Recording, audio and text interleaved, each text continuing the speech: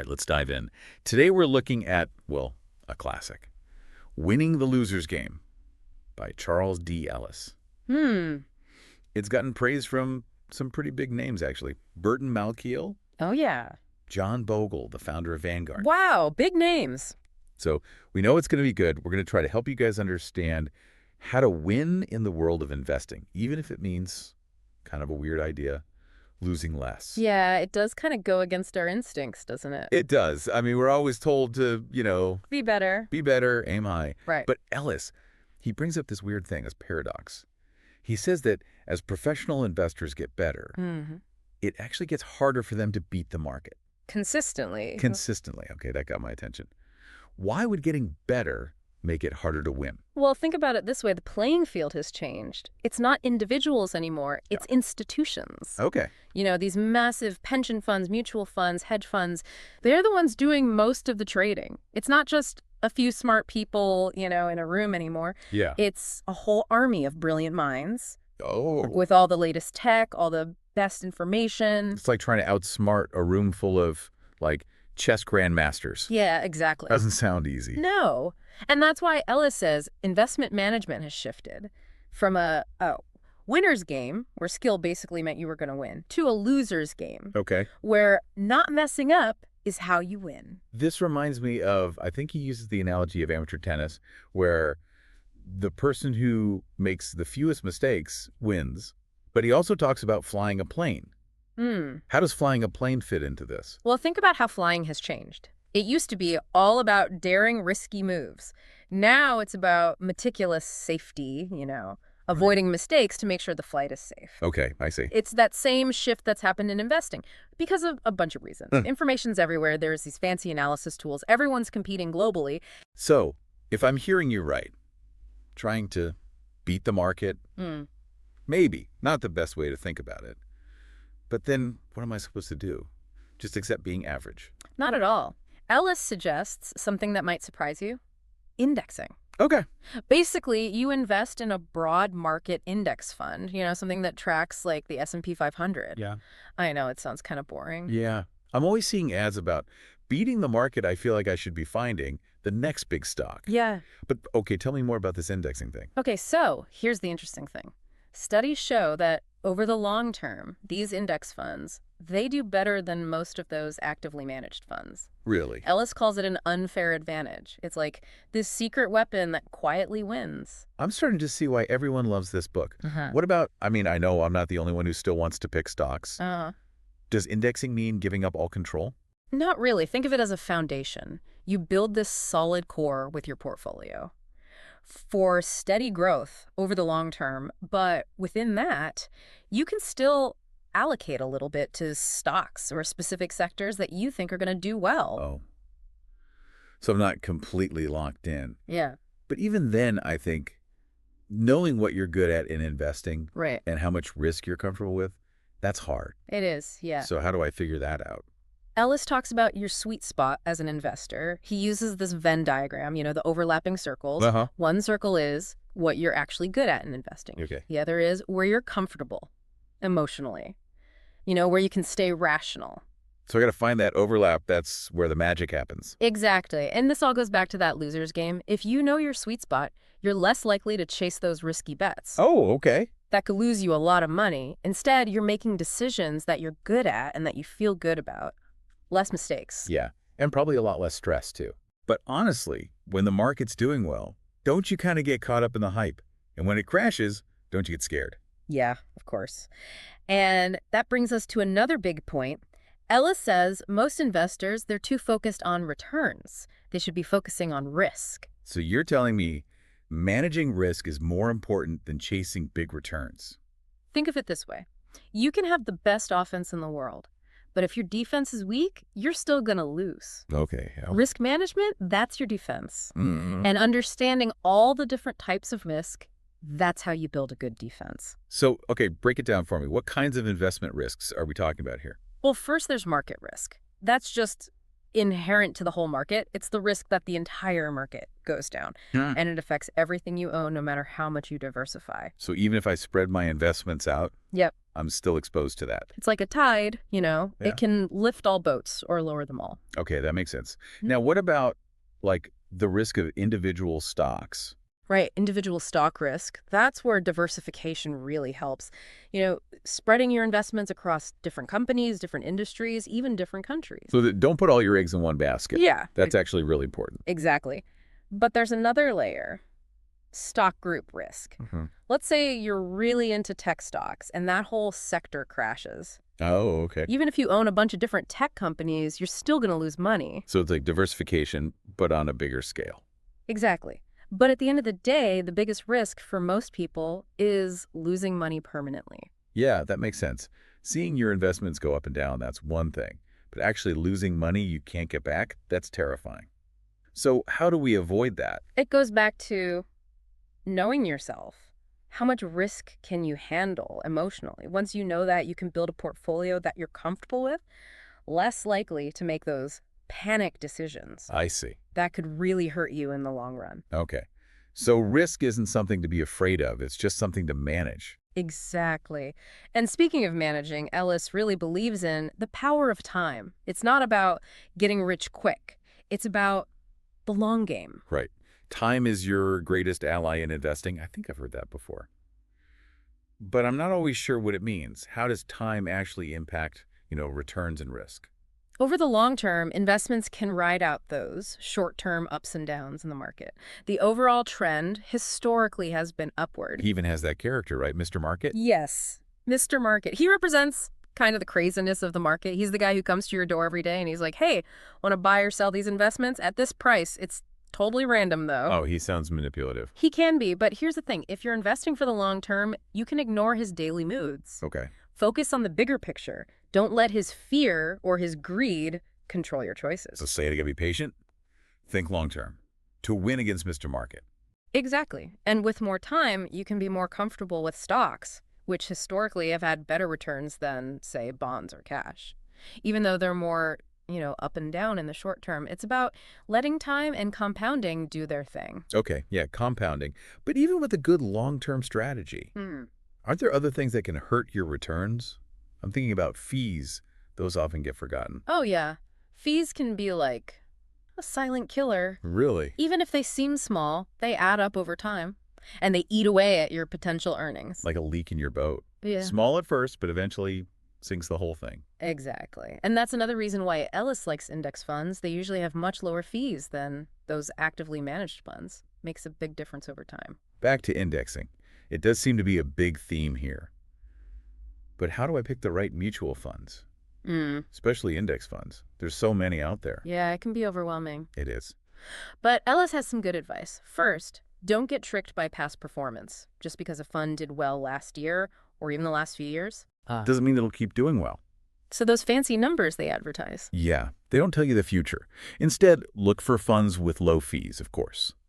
But also, think about the fund managers. Are they experienced? Are they trustworthy? Do they have skin in the game? Are they investing in the same funds they're managing for you? So I gotta look beyond the surface. Yeah. Do some research, find funds that are well managed and fit my goals. Okay, what about 401k? A lot of people, that's like their main retirement plan. Right. Ellis has a few key points about 401k. First, contribute as much as you can, especially if your employer matches your contributions. That's free money. Don't miss out on that. And starting early. Oh, absolutely. The earlier the better. Even if it's just a small amount, starting early makes a huge difference over time thanks to compounding. I hear that a lot, starting early, starting early. Okay, what else about 401k? Be careful with company stock. Even if you love your company, don't put all your retirement savings in their stock. Oh, okay. Diversification is key. Got it. Don't put all my eggs in one basket. Exactly. And whenever possible, choose those low-cost index funds. Minimize fees. Let the market do the work. Yeah, basically. Now, Ellis doesn't just talk about making money. He also talks about what he calls the end game. Okay. It might seem far off, but you got to plan for the future. How are you going to transfer your wealth? It's important. Estate planning. Oh, exactly. And maybe philanthropy, too. Those are kind of tough topics to think about. They can be, but Ellis wants us to think about the long-term impact of our money, not just on ourselves, but on our families and the world around us. So it's about having those open conversations with family about what's important to us financially And our values, too. Yeah. And when it comes to actually transferring that wealth, he talks about different strategies like annual gifts, trusts, charitable foundations. Each one has its own, pros and cons. Yeah. Okay, wow, we've covered a lot, from this loser's game idea to indexing, risk, even estate planning. Winning the loser's game is packed with information. But before we move on, I want to talk about something that's on everyone's mind. Risk. Specifically, financial risk. Yeah, good point. We've talked about risk tolerance, diversification, but maybe we should dig a little deeper into the different types of risk out there, help people understand what they're up against. Exactly. I think our listeners would really appreciate a clear breakdown of those risks Okay. and what they can actually do to manage them. Okay, well, let's start with one that's making headlines a lot lately. Market risk. Makes sense. Market risk, it's always in the news, especially with all the ups and downs we've seen recently. Can you give us a simple definition? Sure. Market risk is basically the risk that the entire stock market, or even just certain parts of it, will go down in value. It happens because of, all sorts of things. The economy, what's going on in the world, interest rates changing, even just how people are feeling about the market. So no matter how carefully I pick my stocks or funds, Yeah. Right. I'm still exposed to this overall market risk. It's like a tide that can lift all boats or lower them all, no matter how good they are individually. Right? And that's why diversification is so important. Right. Spreading your investments across different types of assets, industries, even different countries, that helps reduce the impact of those market swings.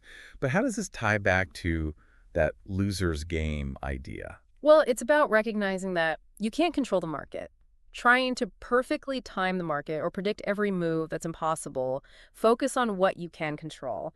Your asset allocation, your diversification, and how you react emotionally to those market swings. So instead of trying to beat the market, I should be trying to ride the waves while minimizing the damage from the inevitable storms. Exactly. Except that market risk is part of the game, but you can manage it strategically. Now, while we're on the topic of risk, what about interest rate risk? Everyone's talking about interest rates these days. Yeah, that's a good one. Especially if you invest in bonds or other fixed income securities. It's the risk that when interest rates go up, the value of your bonds goes down. Yeah, how does that work? Imagine you buy a bond today with a 3% interest rate. Then interest rates go up and new bonds are being issued with, say, a 4% interest rate. So my bond with the lower rate suddenly looks less appealing. Exactly. So to attract buyers, the price of your existing bond has to go down to make up for those lower interest payments. So even though you're still getting those fixed payments from your bond, the total value of your investment has decreased. It's like having a coupon for a discount at a store, but then the store announces a bigger discount, making your coupon less valuable. Perfect analogy. And that's something to keep in mind, especially if you have a lot of your portfolio in bonds. Okay, so how do I manage that risk? Just avoid bonds completely. Not necessarily. Bonds still have their place, but there are ways to manage that risk. One way is to focus on bonds with shorter maturities. You get your principal back sooner, and then you can reinvest in new bonds with potentially higher interest rates. So if I'm worried about rates going up, I should shorten the average maturity of my bond holdings. Exactly. Another strategy is to diversify your bond holdings across different types of bonds with different maturities and different credit qualities. Helps spread out the impact of those interest rate changes. Diversification again. Don't put all your bond eggs in one basket. You got it. Now let's talk about another risk that can sneakily erode your savings. Inflation risk. Oh, yeah. I've heard about inflation. It's like a hidden tax, eats away at your purchasing power over time.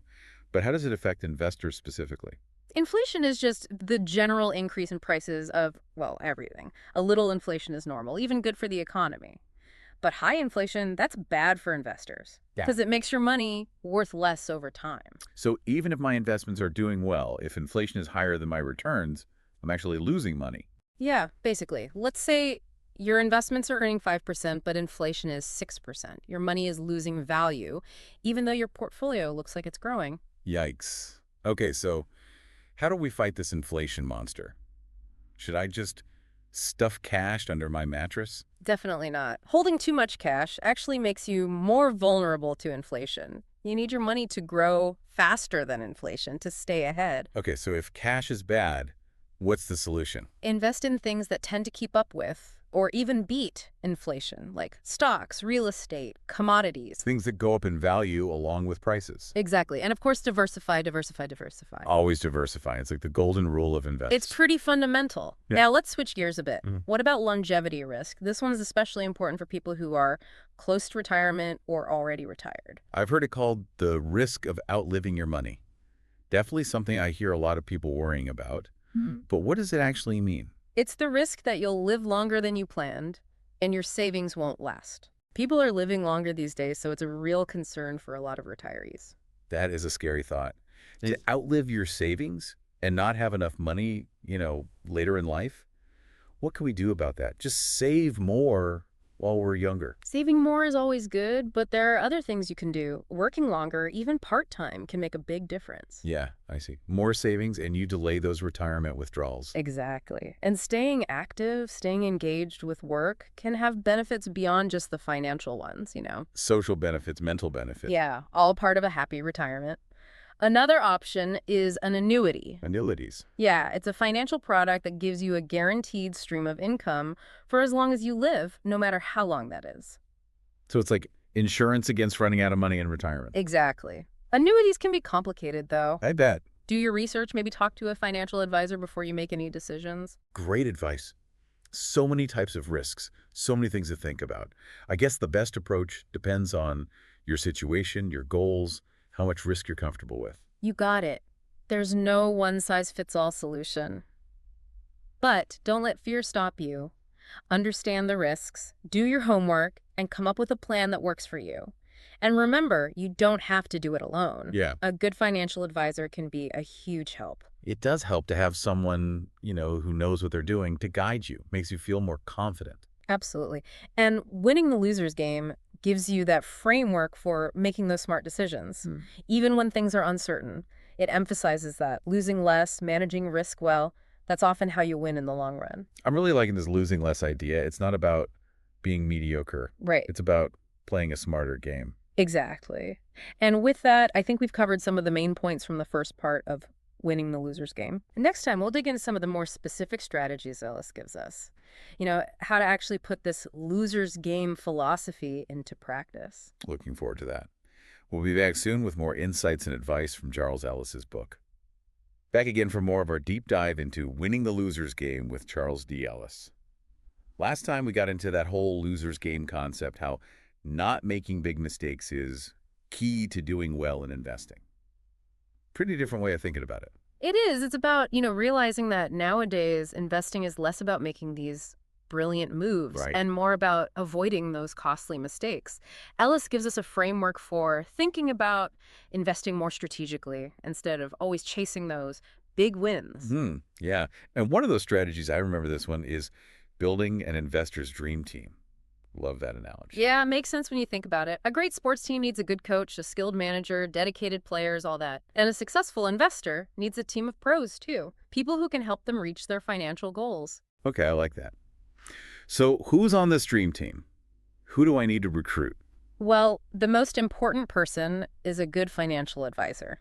They're like the head coach, They help you create a plan, make smart decisions, stay on track with your goals. They're there to guide you through all the complicated stuff in the financial world. So they're calling the plays. Basically, yeah.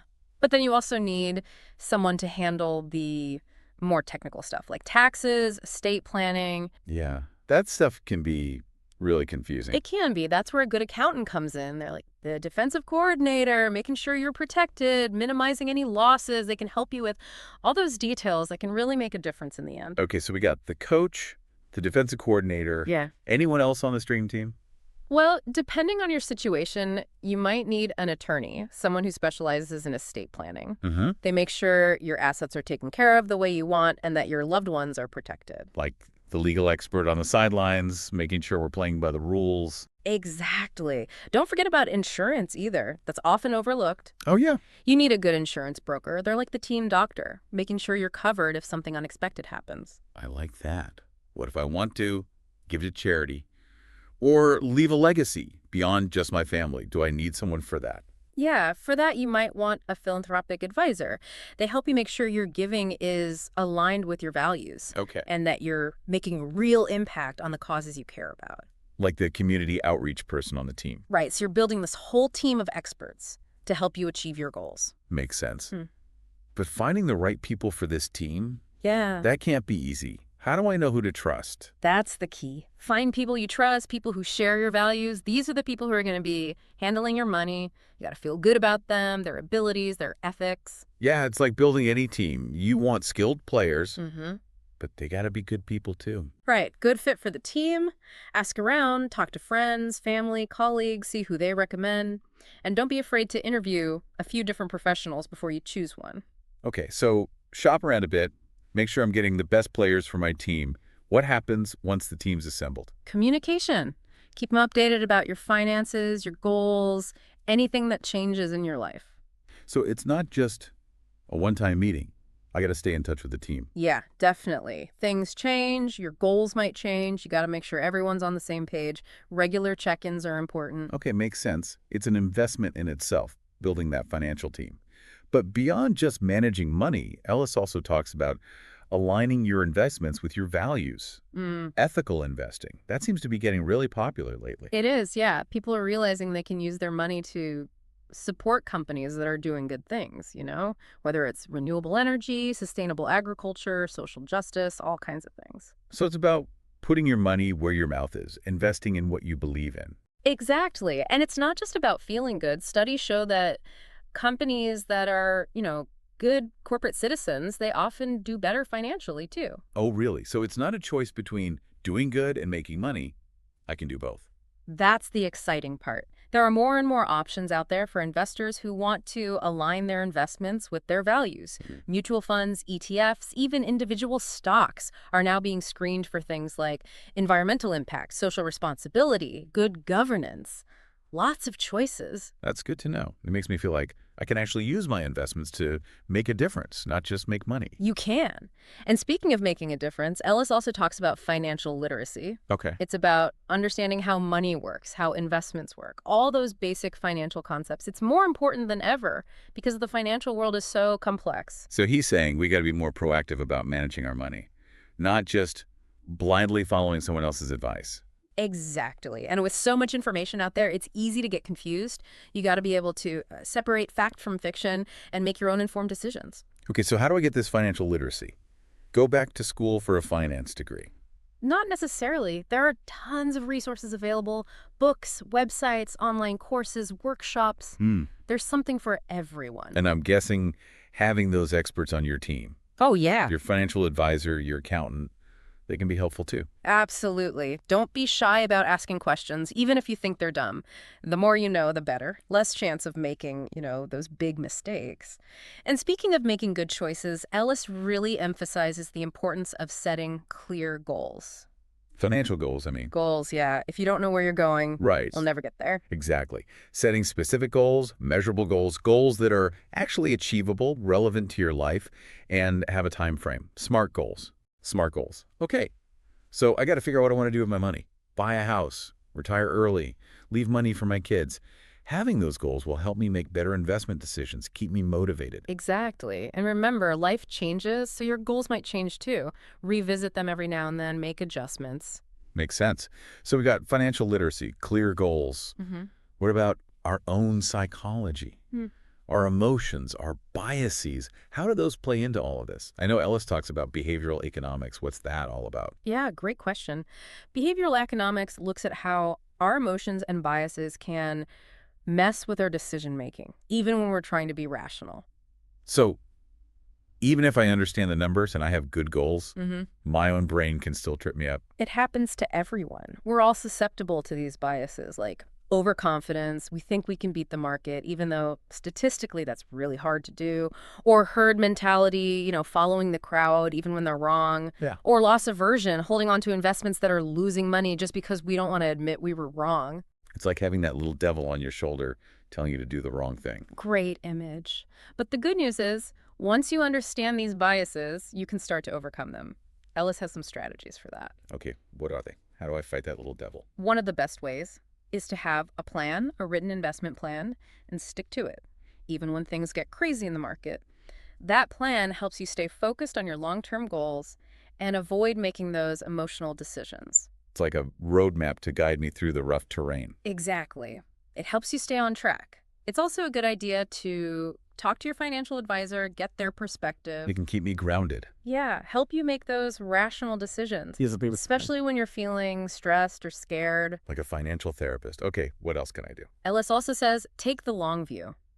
Focus on what you can control. So, not trying to time the market, not chasing hot stocks, just sticking to my plan. Yeah. Diversifying. Yep. Keeping fees low. Uh-huh. Letting time and compounding do their thing. Right. Play the long game. Investing is a marathon, not a sprint. There will be ups and downs, but if you're patient, disciplined, focused on your goals, you'll get there eventually. Patience again. That does seem to be a big part of Ellis's approach. Don't get distracted by the day-to-day noise. Right. Focus on the big picture. He reminds us that the market doesn't always go up. There will be times when it goes down. But if you're patient, if you ride out those downturns, your investments will have time to recover, to grow. Rome wasn't built in a day. Exactly. Building wealth takes time, consistency, and a willingness to weather those storms. It's not about getting rich quick. It's about making smart choices consistently over the long term. And letting compounding do its work.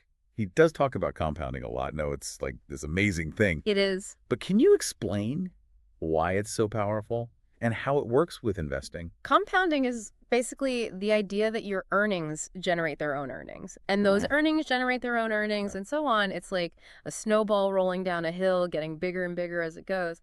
Oh, I see. It grows exponentially over time, and the earlier you start, the more time it has to work its magic. So even if I can only invest a little bit right now, it'll still grow into something big because of compounding. Exactly. Start early, even if it's a small amount, and let compounding do its thing.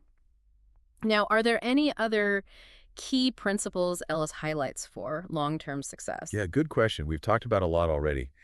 Anything else stand out? Well, one that he keeps coming back to is diversification. Don't put all your eggs in one basket. Exactly. Don't bet everything on one company or one industry, no matter how good it looks. But Ellis also says that diversification isn't just about avoiding risk. It's also about capturing opportunities. You're increasing your chances of benefiting from different parts of the market doing well. So it's about minimizing losses and maximizing gains at the same time. Right. But even with a diversified portfolio, it can be tempting to tinker with it, especially when you see some investments doing better than others. Oh, yeah. It's hard to resist that urge. It is. But Ellis says don't overtrade. Don't chase those short-term gains. Be disciplined. Stick to your plan. Avoid those emotional impulses that can lead to, bad decisions. So no trying to time the market, no chasing hot stocks. Just stay the course. Exactly. And remember, you're not going to be perfect. Everyone makes mistakes. Learn from them, adjust your strategy, and keep going. Don't beat yourself up over it. Right. And Ellis says, treat investing as a learning process. Don't just set it and forget it. Stay informed about what's going on in the market, new investment options, changes in the economy, all of that. So it could be an active participant. Yeah. Not just a passive observer. Exactly. The more you know, the better decisions you'll make. Like anything else, you got to keep learning, keep improving to be successful. But at the end of the day, investing isn't just about numbers or making money. It's about achieving your goals, having a secure future, and living a life that's, meaningful to you. That's a great point. Investing should give you the freedom to live the life you want, whether it's traveling, pursuing hobbies, or just having the flexibility to do what you love. It's about using your money to create the life you want for yourself, for your family. Absolutely. And winning the loser's game gives you the tools to do that. Make smart decisions, align your investments with your values, so you can not only be successful financially, but also live a more fulfilling life. That's a powerful message and a great place to wrap up this part of our deep dive. Next time, we'll get into some more specific strategies from Ellis, how to actually put all of this into practice. Stay tuned. Welcome back to the deep dive. We're wrapping up our exploration of Winning the Loser's Game by Charles D. Ellis. It's been quite a journey. From the surprising effectiveness of indexing to building that financial dream team and understanding all those different types of financial risk. It's a lot to take in. It is. But it's all really valuable stuff. Absolutely. His book, it really challenges how we think about investing. And it gives us this refreshing perspective on how to approach it so we make fewer mistakes and have more success in the long run. Definitely. It's a different mindset. It It's is. about letting go of that need to constantly try to beat the market. Right, that loser's game mentality. It's not about giving up or settling for less. It's about being realistic about how hard it is to consistently outsmart the market. Especially in today's world, yeah. It's so complex, so competitive. Exactly. Trying to beat the market is like, I don't know, trying to climb Mount Everest in flip-flops. Yeah, not gonna end well. Not a good idea. You might make a little progress, Maybe. but you're probably not gonna reach the summit. That's a great analogy. And I think Ellis would appreciate that. He wants us to be more strategic, less focused on our ego, Mm-hmm. and more focused on the things we can actually control. Right. Minimize those mistakes that can really Yeah. set us back. Yeah. Mm. Play the game we can win, not the game everyone else is losing. And a big part of that is understanding the power of indexing. It is, yeah. We've talked about indexing a lot in this deep dive. We have. It's really at the core of Ellis's philosophy. It is. Can you remind us again why he's such a fan of indexing? Sure. Indexing is basically investing in a broad market index fund. Like those that track the S&P 500. Yeah, exactly. You're buying a piece of the whole market instead of trying to pick individual stocks. And that has some advantages. Big advantages. Studies show that over time, these index funds do better than most actively managed funds. Really? Why is that? Well, partly because of lower fees. Index funds don't need as much active management, as much buying and selling. So I keep more of my money. Exactly. You're not paying those high fees to fund managers who might not even be able to beat the market anyway. Interesting. Anything else? Yeah, indexing also has tax advantages. And it's less stressful. You don't have to worry about whether your fund manager's making the right moves. You're just riding the market, going with the flow. It does sound almost too good to be true. But I think a lot of people, they want to beat the market. They want to find those hidden gem stocks that are going to explode in value. I get that. It's tempting. But Ellis says that's usually a losing game. Very few professional investors can actually beat the market consistently over time. So instead of trying to be a hero, I should just be a team player. Exactly. And indexing is like the ultimate team sport. You're joining forces with all these other investors, benefiting from the growth of the market as a whole. I see. It's a more humble approach. It is. Less about ego. Yeah. And speaking of knowing yourself, Ellis also talks about self-awareness in investing.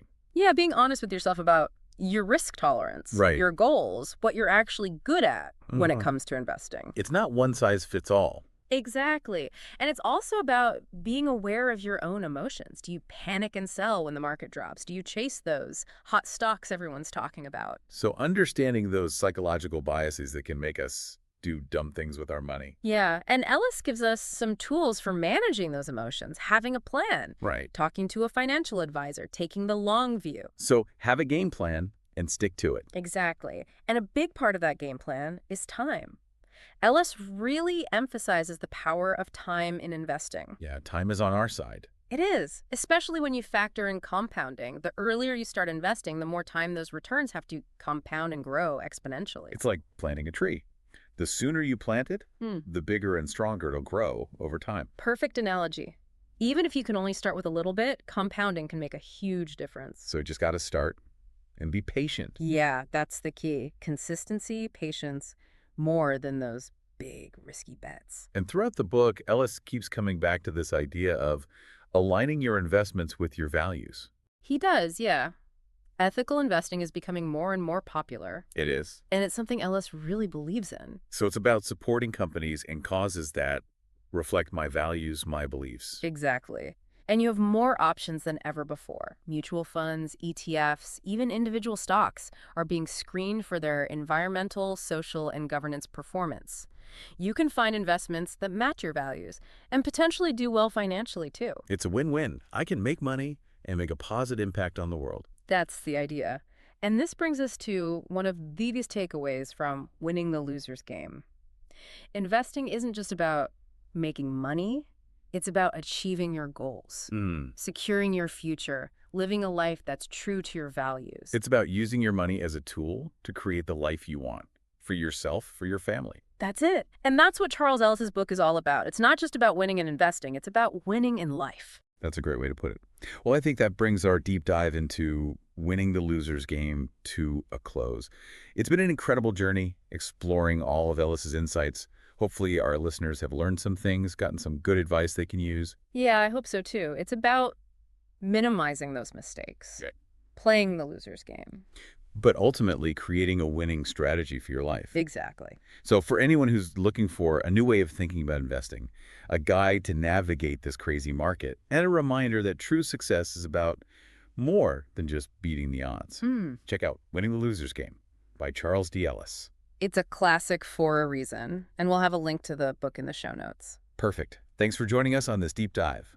We'll see you next time for another exploration of the ideas that shape our world.